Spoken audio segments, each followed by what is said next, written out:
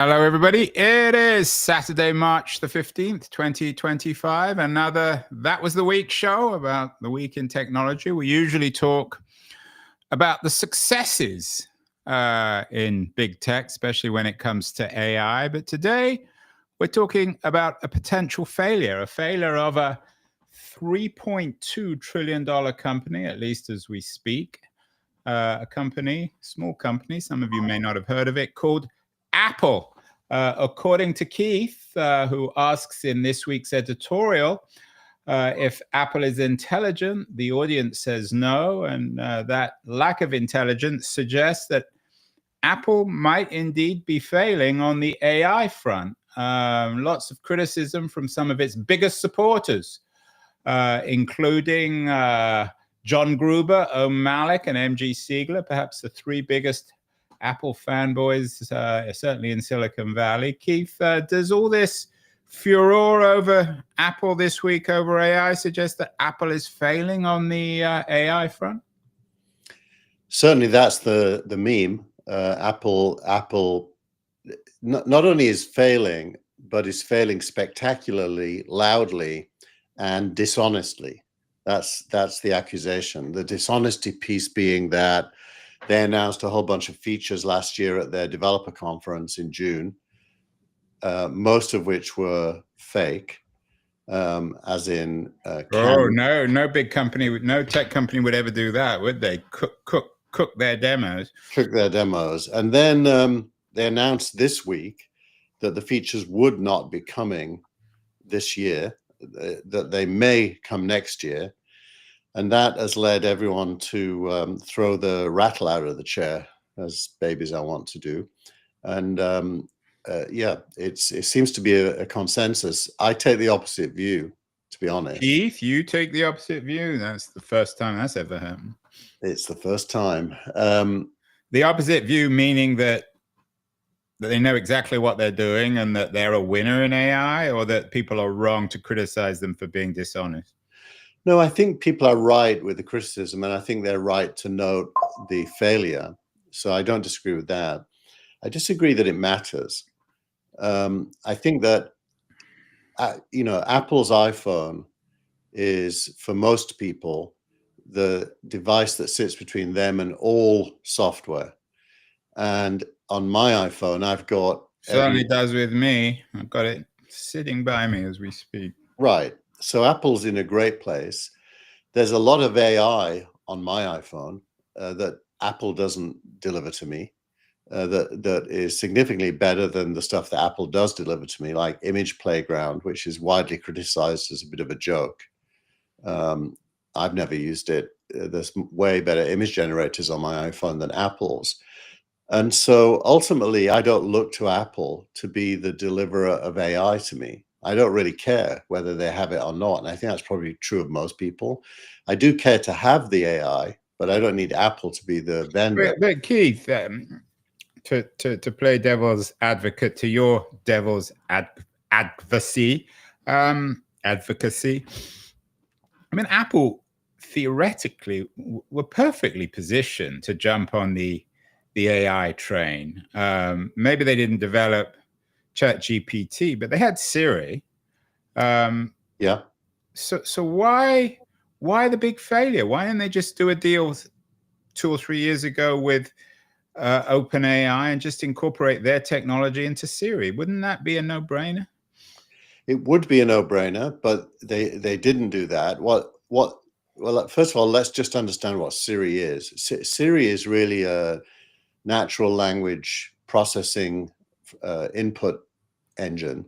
You can ask for things, and it can only give you answers if somebody has curated the answer to that specific question.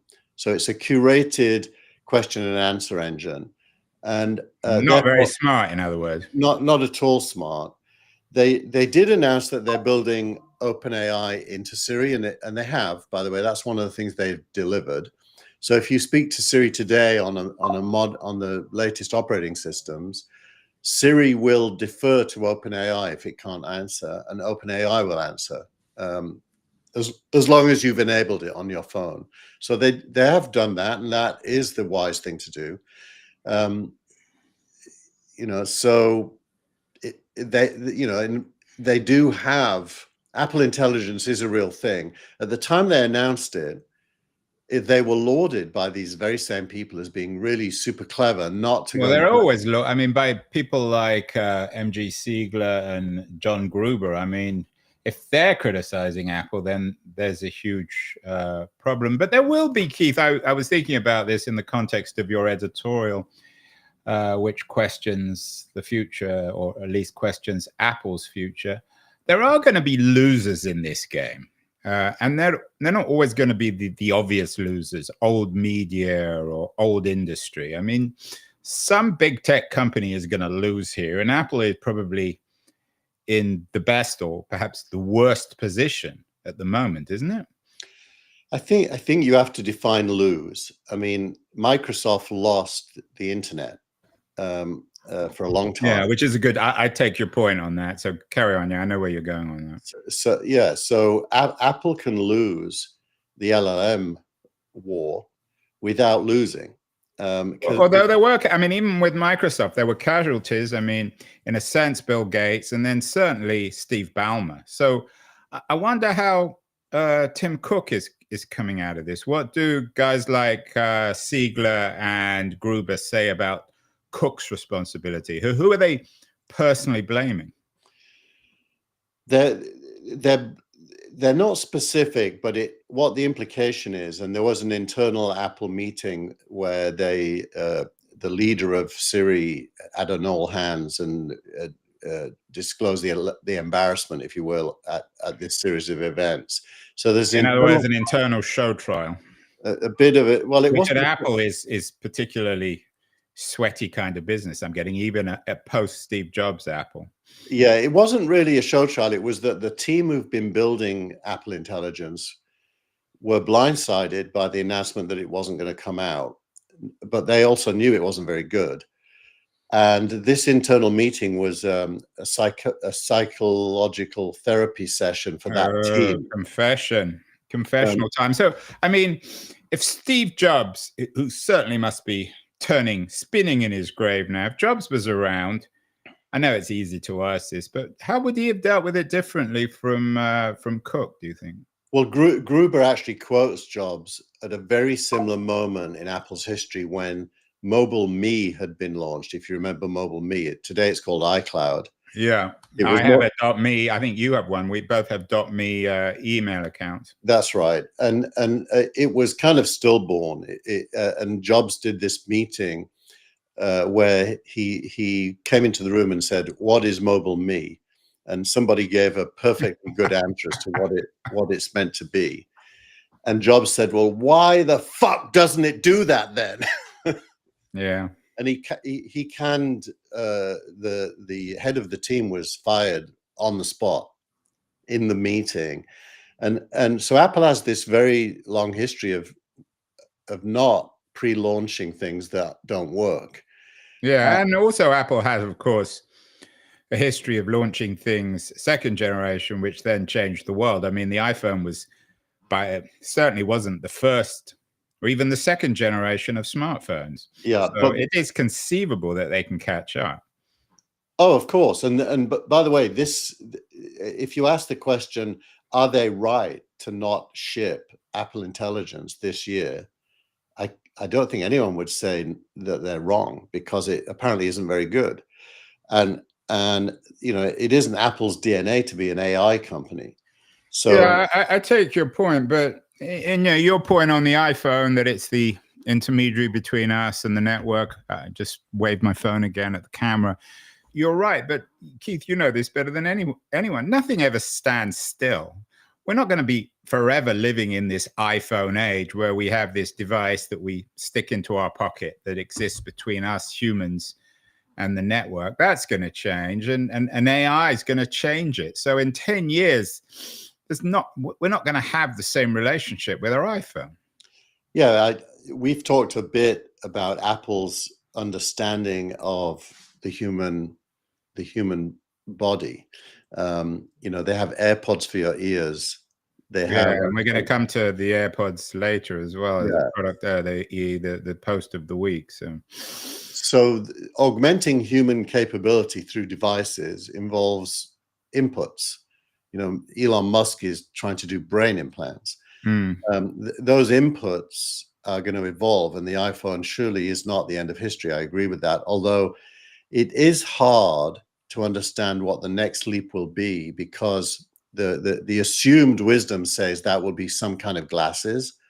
And to be honest, there's nothing good enough, close enough yet for that to be true. Yeah, but we know that in Silicon Valley, that kind of statement is very dangerous, because next week someone will come out with something that changes everything, in the same way as you might have made that remark about smartphones before Jobs presented the iPhone in, when was it, 2007. So it's always, it's never obvious until it's obvious, in other words, in Silicon Valley. But I think voice and listening is easily the biggest unfulfilled opportunity. Eyes, not so much, but voice and listening is huge. And Apple's very well placed, better than Google. Google, by the way, probably as a riposte to Apple, did announce that they're dropping the Google Assistant on Android, which is their Siri equivalent, and replacing it with Gemini, their AI. So Google's saying, well, we are going to ship. But yeah, Google, and our post of the week talks about how AirPods can, and we'll get to it later in the show, can work on the fly intelligently to change everything. Yeah, so just develop that a little bit, put some more meat on the bones. In 5 or 10 years, are you suggesting that this device, which maybe will be, we won't even have to stick into our pocket, might be smaller, we'll just talk to it, or it will talk to us? Well, you already can with OpenAI if you choose to use that feature. But it's very clunky. That only guys like you do that. Actually, it's really good, but I think there's a social problem, which is you can only talk when you're in private, because otherwise everyone around you will be irritated. So, well, everyone talks to their phones anyway. I mean, there's nothing more irritating than being on a plane or in an airport and having to listen to other people's conversations, but they don't seem to be too bothered with that. So there's a difference between talking to a colleague and talking to an AI. But I think the key point is the technology is already there for that. It really is. Somebody has to exploit it. It's what I sometimes call the unborn child, that it's really fully formed, just not born yet. What is interesting is that what that gives every individual on the planet that can afford a smartphone and a pair of earphones, it gives you a way to plug in to the world's intelligence, and not just like a library, but a library with a personality that understands the content of all the books.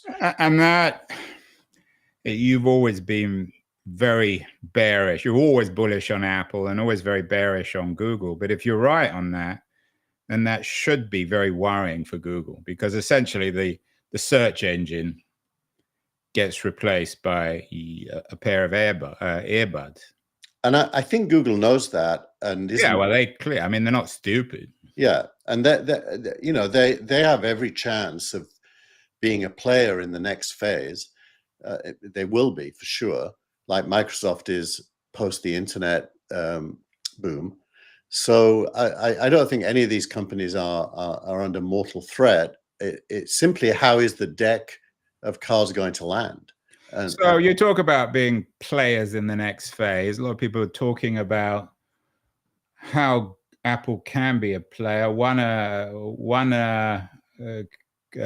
link you sent from somebody called Chris Prucha suggests that Apple should buy Anthropic and build Siri from the ground up. You argue in the editorial that Apple should buy Perplexity. But before we even get to the Anthropic versus Perplexity question, would they be wise to do an AI shopping spree and go out and acquire someone? I mean, in Trump 2.0 America, it's probably doable. It isn't their DNA. Apple hasn't made a big acquisition for many years. So the likelihood is they will not do it. It's also not clear they need to do it because of the reasons we've already discussed. They're in a very good position anyway. But if they bought Perplexity, and just to translate that, that's a little bit like buying the next Google with built-in AI. Perplexity has its own AI, but it also plugs into all of the others and gives Yeah, it. and you're very bullish on Perplexity. I have to admit, I'm less impressed. You told me to sign up, I did, and I don't really understand why Perplexity helps me any more than Anthropic. It's just more confusing. There's more layers, but you tend to be right on these things in the long run. Well, it's because of web search. They're the best at combining web search with AI. Yeah, but that's, I always think, I want AI, so I go to Anthropic. I want web search, I go to Google. If Perplexity provides both, but neither are quite as good as either Google search or Anthropic AI, or maybe not quite as good, but just different. No, it's better. You have to trust me on this. It is actually better at search, and it's also better at AI because it's using the reasoning models. Well, if you're right, Keith, then and as I said, in the long run, you tend to be more right than wrong on these sorts of things. Then it's a no-brainer for Apple to acquire Perplexity. I mean, they're only valued at about. I don't know what their valuation is. I mean, the value is certainly compared to OpenAI, it's peanuts, pennies. Yeah. Should we? While we're talking, I'm going to. Yeah, I'm going to ask Perplexity what its value is. It might blush. It might be embarrassed to tell you. It's like asking a woman her value. What would it take to buy you? What is the last known valuation? Yeah, they just had a round. I think we covered it in the show. Of Perplexity, and its deep research engine is doing research as we speak. It'll take a while because I use the research engine, which is very good, by the way. Yeah, I think the answer is going to be not so much that Apple couldn't buy it. How much is the $9 billion? Oh, yeah, which is ridiculous. No, 15, I mean, that's almost 15, embarrassingly. What? $15 billion. So if Apple offered, I don't know, 100 billion or something, which was peanuts to them. So this Anthropic versus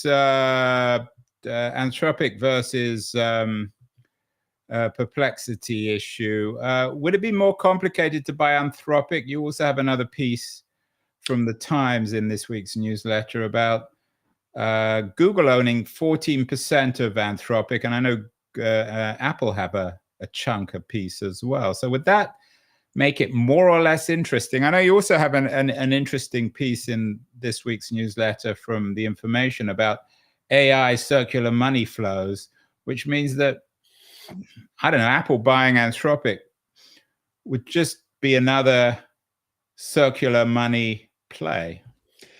Yeah, I think Anthropic's biggest owners are Amazon and Google. And so you get the incestuous nature of AI there, because the Anthropic and OpenAI are both startups that attracted capital from. Yeah, you're talking about incest, fully formed babies, Keith. You being very vulgar today. I didn't notice, but you're right. Anyway, it is the article about round tripping of money is that everyone's buying from NVIDIA, and then NVIDIA's buying stuff back and investing in companies, which it is. Sounds like Web 1.0, that boom. You remember when everyone was buying from everyone else and getting ridiculous stock market valuations, and then the whole thing crashed. But the truth is that for Apple to buy Anthropic, they'd have to want to own an LLM. And I don't think Apple needs or wants to own an LLM. I think it wants to integrate AI into consumer-facing stuff. Well, but if they buy Perplexity, they don't own an LLM. The point of Perplexity is it sits above the LLMs. Yeah, well, it does have its own as well. If you don't pay Perplexity, you use their LLM, which is decent. It's not terrible, but I don't think owning an LLM, I think that's off the table now. And really big companies with enough money could probably build an LLM given enough time and skills. as well. So I don't think buying an LLM makes a bunch of sense in any long-term view. But I think owning the consumer experience and making people delighted with it, that's where I would want to be playing. So we got to move on, but finally on Apple, you're not too worried. In other words, it's not a crisis for Apple, and you're not particularly convinced that they should buy or could buy Perplexity. In other words, you've come up with this big story, Keith, which is not much of a story. No, I think they should. I think they should buy Perplexity, and they'd benefit if they did, but I don't believe they will. So it's not, but really, when it comes to crises, this isn't one. Tim Cook can sleep well at night and not worry too much. This is not going to cost him his job. Correct. And Steve Jobs might be spinning in his grave for lots of reasons, but maybe not this one. The embarrassing thing is that they did a TV ad for the iPhone 16 promoting Apple Intelligence as the reason to buy it. And, they did deliver some of those features, but not most of them. Yeah, I'm already salivating, I have to admit, in the way you're presenting it, of having my iPhone as an intelligent companion. There you go. So I don't have to fiddle around with the annoying inputs and put my fingers and mistype and all the rest. But all I want to do is talk to it and say to the phone, should Apple buy Perplexity or Anthropic? What would that mean? What are the pluses and the minuses, and what are the likelihoods? And it could respond automatically, much faster and even more articulate than you, Keith. Oh, easily. I'll give you a challenge, Andrew. If you get a moment, put your earpods on, go for a walk in your nearest park. Use the I have a park down the road, the Golden Gate Park. There you go. Use the OpenAI conversational mode. You'll see there's an icon on the OpenAI app on your iPhone, and just start a conversation. I think it'll blow your mind. Well, you're always been very, very bullish on OpenAI. The OpenAI news this week is that a certain Sam Altman has called DeepSeek state-controlled. He's been flirting with a certain Donald Trump. Does that make OpenAI now part of the new Cold War against China? I actually think OpenAI is a little bit disgusting when it comes to things like this. That's the first time I think you've ever criticized OpenAI. Well, it's because they're so Sam, for a smart guy, is turning into kind of a Dickensian Micawber-like character, where he's trying to manipulate policy in his favor. And the latest, which is a real gut punch, is to accuse DeepSeek of being the Chinese government's tool, when it clearly isn't. It's a hedge fund. And the furthest away from the Chinese government you could possibly imagine. Now, of course, the Chinese government does control some of the content inside the borders of China. But it's far from being an agent of the Chinese government. So it's just a low blow in an attempt to compete. I wonder, though, whether actually that might suggest that certain other influences on Sam Altman, Chris Lehane, who's a very well-known operative now, is working very closely with Altman.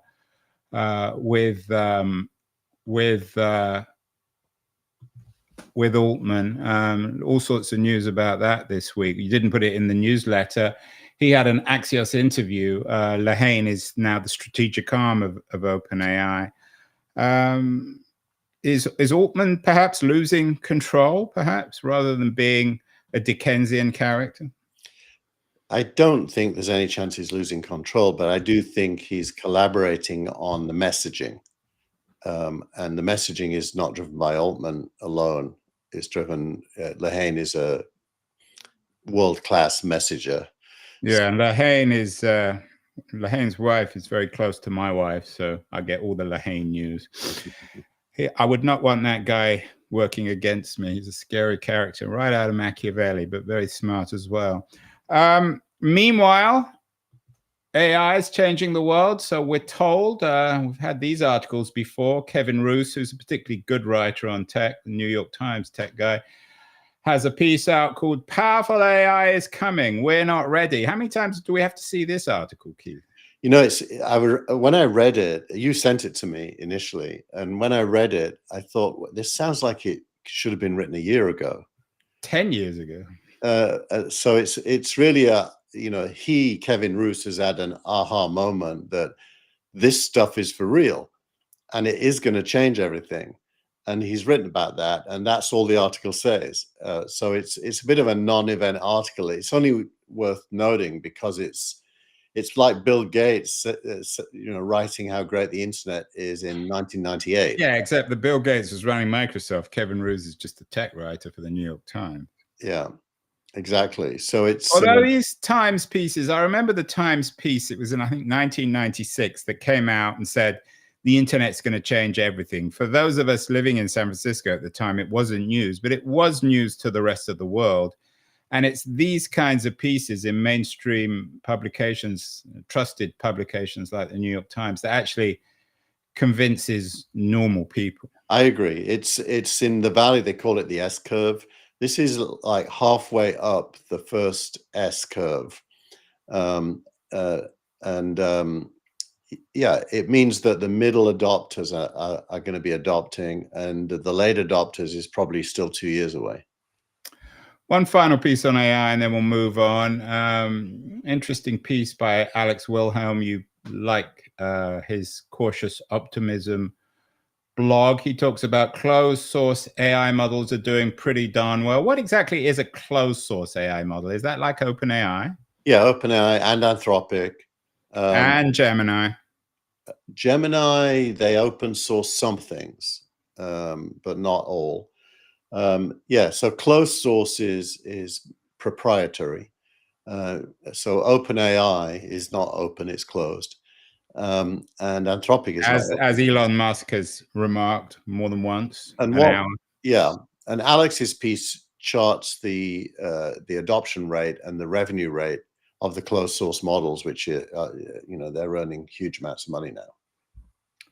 Meanwhile, the company behind the best known and perhaps the most powerful open source AI, Facebook, it's been in the news. You don't have this in the newsletter. You said it's a non-story. A book called Careless People, A Cautionary Tale of Power, Greed, and Lost Idealism by Sarah Wynne Williams, who was pretty senior at Facebook for a while. They're being sued, her publisher, by Facebook, asking them to stop promoting the book. You say this, you didn't put it in the newsletter, and it's a bit of a non-story. Why? I think it's widely suspected that many of the stories in the book are exaggerated. In other words, lies, Keith? Surely no one would put out a book about Facebook and not tell the truth. I don't know. One would have to know her to know whether their lies are just exaggerated. So why do you think they might be lies?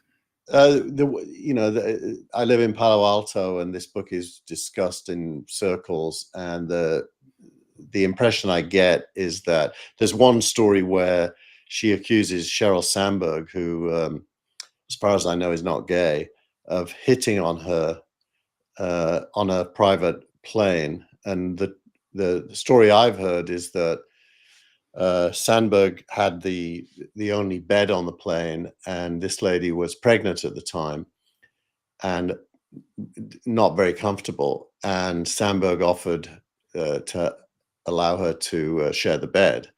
In other words, rather than careless people, Sheryl and Mark are careful people, caring people even. Now, the interesting thing about it is the title and the implication of it's all Fitzgerald, it's Gatsby, which is a perfect title. I can't believe no one's come up with that title before. Yeah, and the lost idealism, that bit's true, I think. Which isn't news either, though. No. But it's that, I've been through it. It's that moment at which your company is past the tipping point where it might fail.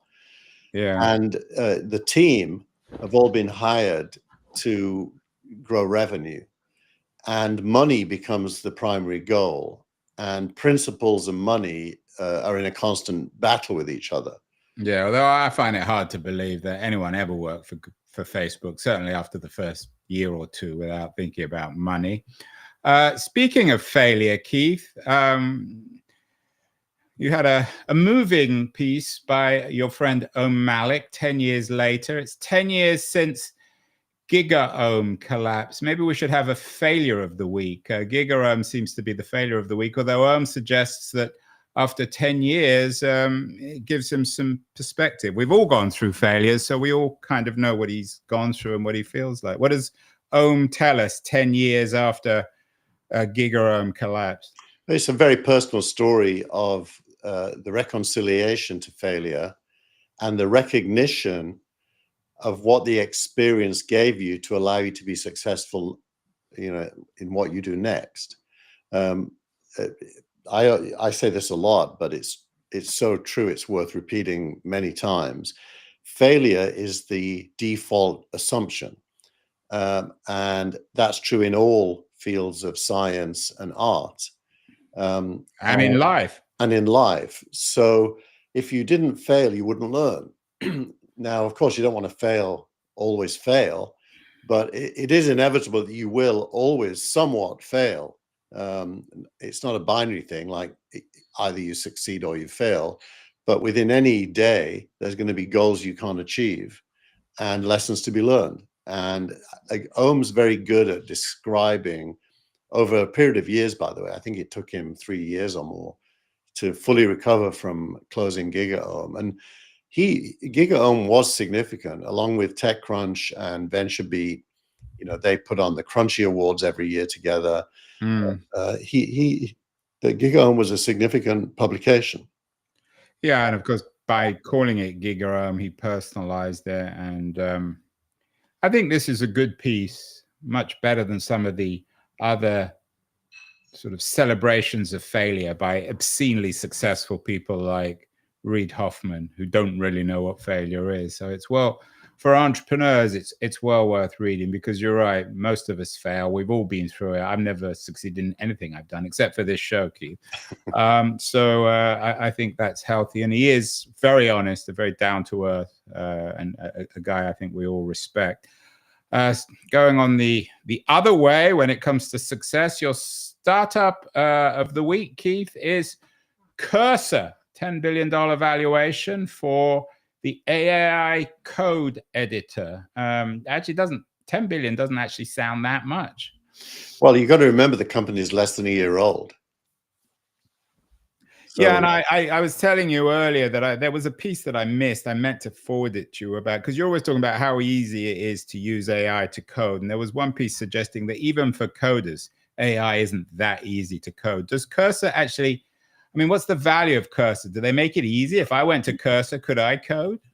Yes, you absolutely could. But you'd go through a very painful learning curve where you failed a lot. It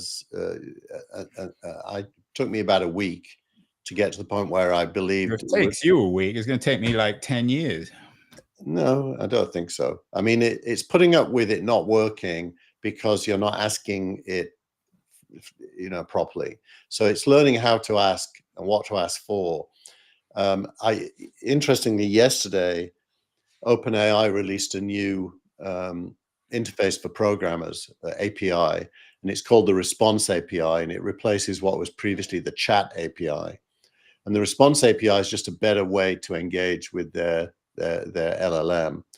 And I opened Cursor and asked it to upgrade my OpenAI implementation in the Reflect app that I've written for teens, from the old one to the new one. And 10 minutes later, I had the upgrade. It was working. I submitted it to Apple, and my beta testers could download the app with the new API, all done through Cursor. So it's like anything, like skiing. Once you learn to do it, you know how to do it. Yeah, but skiing isn't easy either. Exactly. So nothing, if it's easy. Like, it's not like riding a bike where it takes about 10 minutes and then you can figure it out. But I think it is inevitable that in the future, most of the time, an individual startup will not need to write code. There's a few articles this week about how little money a startup needs these days coming out of Y Combinator, and partly it's because you don't need to hire engineers if you learn how to use these tools, and that's certainly true. And so the world, that's probably the fastest part of change, is engineering.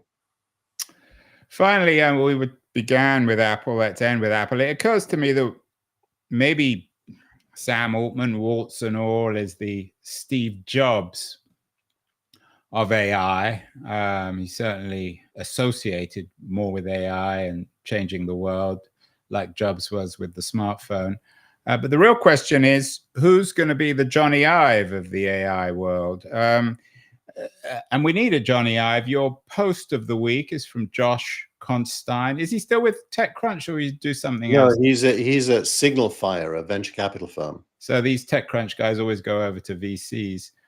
He has an interesting post about Apple planning an AirPod feature that can live translate conversations, which speaks of what you talked about earlier about the AI audio features of the new world. But does this need to be, I mean, is this the right question to ask? Does Apple or somebody else need a Johnny Ive, a real designer, to make this viable and exciting for consumers?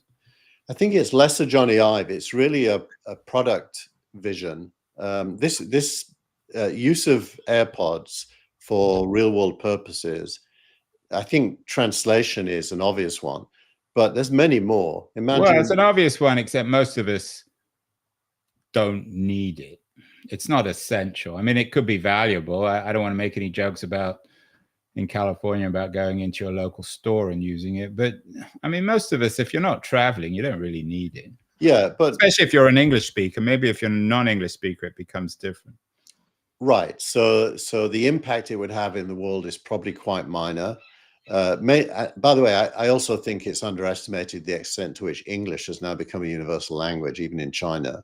Which is I think it's one of the unintended consequences of the digital revolution. Yeah, but still, what it points to is that the AirPods is a source of information in real world context. So for example, let's imagine you're traversing a new city that you've never been to before.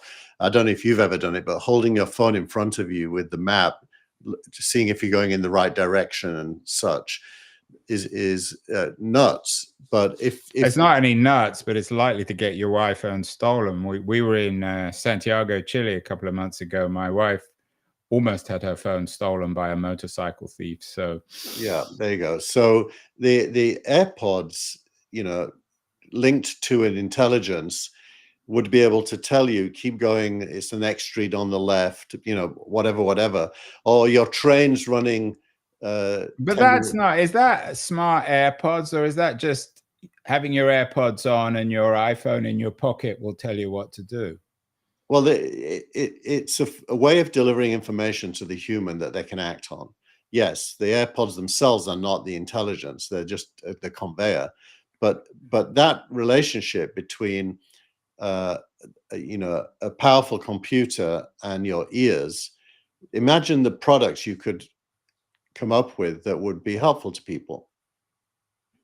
Yeah, I agree. I think the AirPods are one of the unheralded products of our digital age. They seem humble. They're under what, $100, $200, but they do change everything. So it makes a lot of sense for them to become more intelligent. Yep. So Keith, we have a promising future, do we? Got smart iPods. The AI revolution is for real. Apple's going to acquire Perplexity, perhaps, and Anthropic. Well, or not. Or not. We will find out next week. Won't happen next week, but it may happen this year. Lots of things changing, lots of potential, lots of successes and failures, Keith. We will talk again.